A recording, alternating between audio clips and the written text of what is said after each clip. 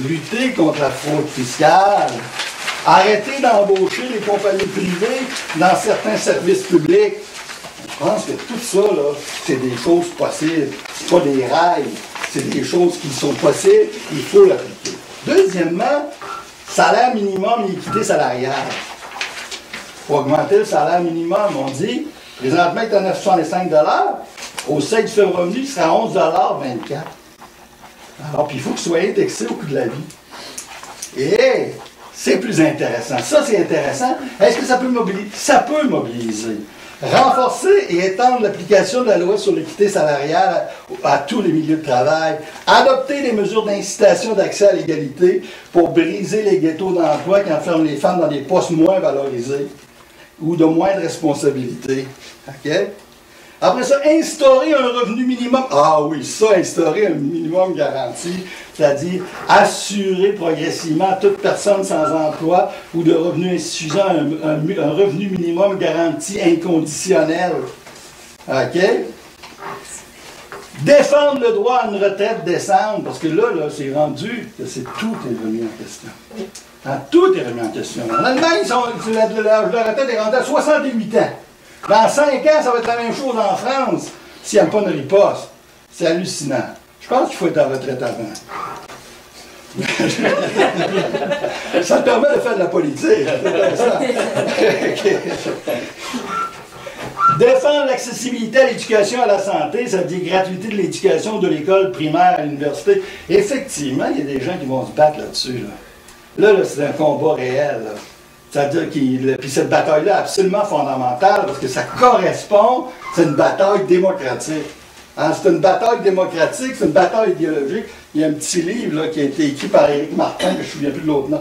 Ah, il faut lire ça là, plusieurs fois là, parce qu'il montre qu'est-ce que ça veut dire répondre à leur argument pourri, là, de façon claire et nette. OK. Suppression, là, il y a des règles sur des normes de rentabilité dans les hôpitaux. Là. Hein, il y a une loi là, sur le déficit. Il faut abolir ça. Là. C'est-à-dire que là, les services, là, c'est lié à l'aune de la rentabilité d'une institution comme des hôpitaux. Il faut écraser ça. Alors, l'autre affaire qui est plus importante, puis ça, effectivement, je dirais que Québec solidaire, il commence à travailler dans cette direction-là. Il fait des bons pas. Je dirais c'est l'acte de l'investissement et la politique de développement économique. Pas de développement économique dans un sens de croissance, mais de redéfinition de l'économie. Au niveau des mines et forêts, on dit favoriser la réappropriation de nos richesses naturelles et leur gestion écologique. Ça, là, je m'excuse, là, mais c'est pas le Texan White Birch là, qui va faire ça. Là. C'est-à-dire que quand ces gens-là, ils ont le pouvoir, puis ils ont décidé, puis la propriété, c'est le pouvoir de décider. C'est pas mal ça. Tant qu'ils l'ont, là, faites-moi pas croire qu'ils vont le faire. C'est-à-dire, ils font ce qu'ils peuvent faire. Et si tu les laisses faire, ils vont le faire. Quand, effectivement, les administrateurs de la Caisse de dépôt ont investi dans les titres pourris puis ont dépensé 40 milliards des fonds de pension de la population du Québec, pourquoi ils l'ont fait, ça? C'est parce qu'ils pouvaient le faire. Autre référence, je vais faire référence. Effectivement, c'est absolument vital. Ça veut dire que si on les laisse faire, ils vont le faire. Okay. On dit... Ça, c'est pour les mines et les forêts. Alors, il y a toutes sortes de faire des choix stratégiques. On dit, par exemple, on prend les affaires de Québec à meilleure mine. Qu'est-ce qu'ils disent, eux autres? Ils disent, il faut faire des choix stratégiques. Il ne faut pas développer le gaz de schiste. Il ne faut pas développer l'uranium. Okay, c'est pas fondamental, ça. Ils disent aussi, ben là, on dit, il faut nationaliser. Puis là, effectivement, au parti, on dit aussi, ou prendre le contrôle majoritaire de l'État. Ah. C'est une position sur les ressources stratégiques. Hein? Il faut augmenter, changer les modes de redevance. Vous savez, le parti qui a baissé le plus les redevances, c'est du Charest? Non, c'est le PQ. C'est le PQ qui a baissé le plus les redevances. Il ne faut pas oublier ça. OK.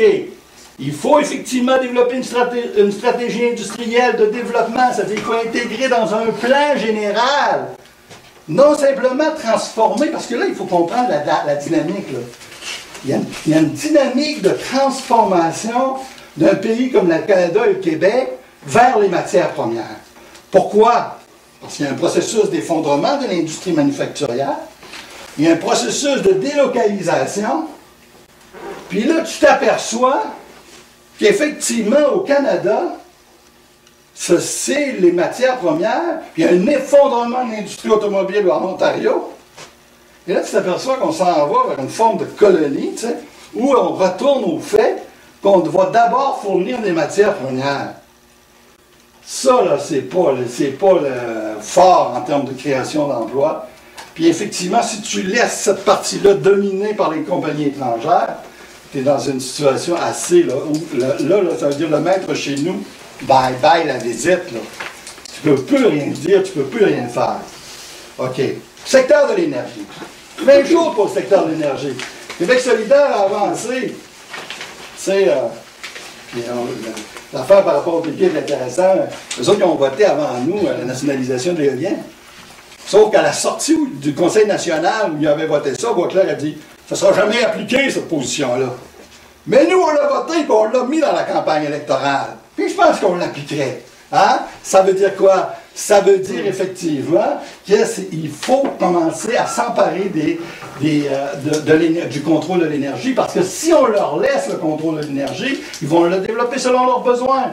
On dit créer Énergie Québec. Ça, c'est pas moi qui invente ça, c'est Québec solidaire, pour chapeauter la totalité de la production et la distribution de l'électricité au Québec. Placer les entreprises du domaine de l'énergie sur contrôle public avec participation majoritaire de l'État, incluant le besoin de la nationalisation complète. Ça, c'est la formulation du Congrès. Puis imposer un moratoire sur tout nouveau projet de barrage hydroélectrique, parce que c'est pas vrai que c'est une énergie propre dans tous les cas. Alors, donc, effectivement, puis s'opposer aux bourses de carbone. Il y a des écologistes qui mettent de l'avant les bourses du carbone. C'est surtout les écologistes qui veulent faire carrière au PLQ ou au PQ. Là. Il y en a comme ça, on les voit souvent à la télévision. Là. Mais effectivement, les bourses du carbone, nous, on a rejeté ça dans notre congrès. Parce qu'on pense qu'effectivement, c'est pas une façon. C'est pas une façon de faire le commerce des droits de polluer. C'est pas une façon de lutter pour l'écologie. Secteur du transport.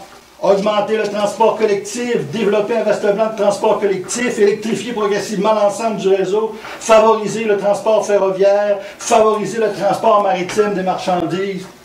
Alors bien sûr, ça serait bien, si ça c'est pas encore adopté, mais un jour on pourra en discuter, nationaliser Bombardier, puis le tourner vers la production écologique. Mais effectivement, c'est des choses intéressantes, c'est-à-dire, on faut penser que si, effectivement, dans le contexte économique actuel, avec la fermeture du marché américain, puis avec la crise qui se développe, il faut repenser l'ensemble du réseau de l'appareil productif au Québec. Il faut le penser complètement en liaison avec une approche écologique de la société. Il faut le penser en ayant le droit de faire les décisions. Parce que si ce n'est pas nous qui avons le droit de faire les décisions, il y en a qui vont avoir le droit. Et si ce n'est pas nous, ça risque de ne pas être dans l'intérêt de la majorité. Puis nous, effectivement, je ne dis pas Québec solidaire, quand je dis nous, l'ensemble, la majorité de la population québécoise. OK. Même dans le secteur manufacturier, on raconte des choses. On raconte des choses dans le secteur manufacturier. On dit favoriser la création et la croissance d'industries qui respectent l'environnement. C'est encore général, mais c'est déjà intéressant. Favoriser les industries permettant l'autosuffisance alimentaire. Puis, bien sûr, l'agriculture aussi.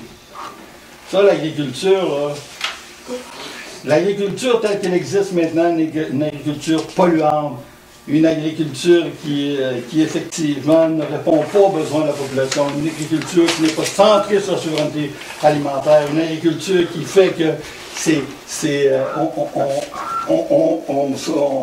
on consomme avec un commerce lointain, avec qu'il n'y a pas une agriculture de proximité. Tout ça doit être transformé. Et tout l'appareil financier maintenant mis en place depuis des décennies, c'est pour maintenir le type d'agriculture agro-exportatrice qui ne satisfait pas aux besoins de la population. Je ne parle pas de la finance, je vais sauter par-dessus. Il y aurait 10, 15 bonnes propositions à faire. Nous, à Québec solidaire, on commence la discussion là-dessus. On a une proposition, on dit qu'il faut contrôler la caisse de dépôt, il faut l'orienter non pas vers le capital spéculatif, mais vers la production. C'est excellent. Alors, mais là, la discussion, c'est pas des choses simples. La Banque centrale, qu'est-ce que ça veut dire? Quel rapport par rapport à l'indépendance? Parce que les propositions qu'on fait, est-ce qu'ils sont dans leur majorité anticonstitutionnelle? Moi, je pense que oui. Alors, effectivement, ça veut dire notre projet il est lié à un projet indépendantiste. C'est assez clair. C'est parce que là, à un moment donné, si c'est la Cour suprême qui décide que telle politique, tu n'as pas le droit de le faire, puis telle nationalisation, c'est anticonstitutionnel, puis tel ci, puis tel ça, puis tel ci, qu'est-ce qu'il va rester à faire? Il va rester à rentrer chez nous. L'autre affaire, c'est de le placer dans le cadre qu'on veut le placer. Montrer que nous, on s'inscrit dans une logique complètement différente, qui est une logique démocratique, qui est une logique égalitaire, qui est une logique écologiste, et qu'effectivement, ça veut dire une remise en question du fonctionnement du système actuel.